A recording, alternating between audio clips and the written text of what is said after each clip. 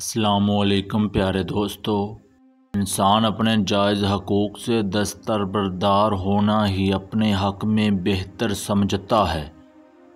حال کے عمل سے ماضی کا عمل بدل سکتا ہے۔ سب سے بہترین شخص وہ ہے جو اپنی اچھائیاں دوسروں میں دیکھے۔ بدی کو دور رکھو کیونکہ جب چاہو گے لوٹ آئے گی۔ احمق سے دوستی کاٹنا عقل مند سے دوستی جوڑنے کے برابر ہے۔ جو انسان اپنے سچے دوست سے خیانت اور فریب کرتا ہے وہ برے کاموں میں پھنس کر رہ جاتا ہے۔ وہ کبھی اس برائی سے نکل نہیں سکتا۔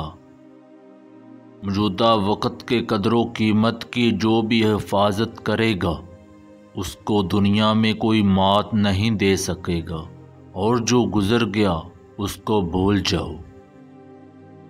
جب کوئی علم و حکمت اور بزرگوں کی باتوں سے دور رہے تو اس کا دل مردہ ہو جاتا ہے۔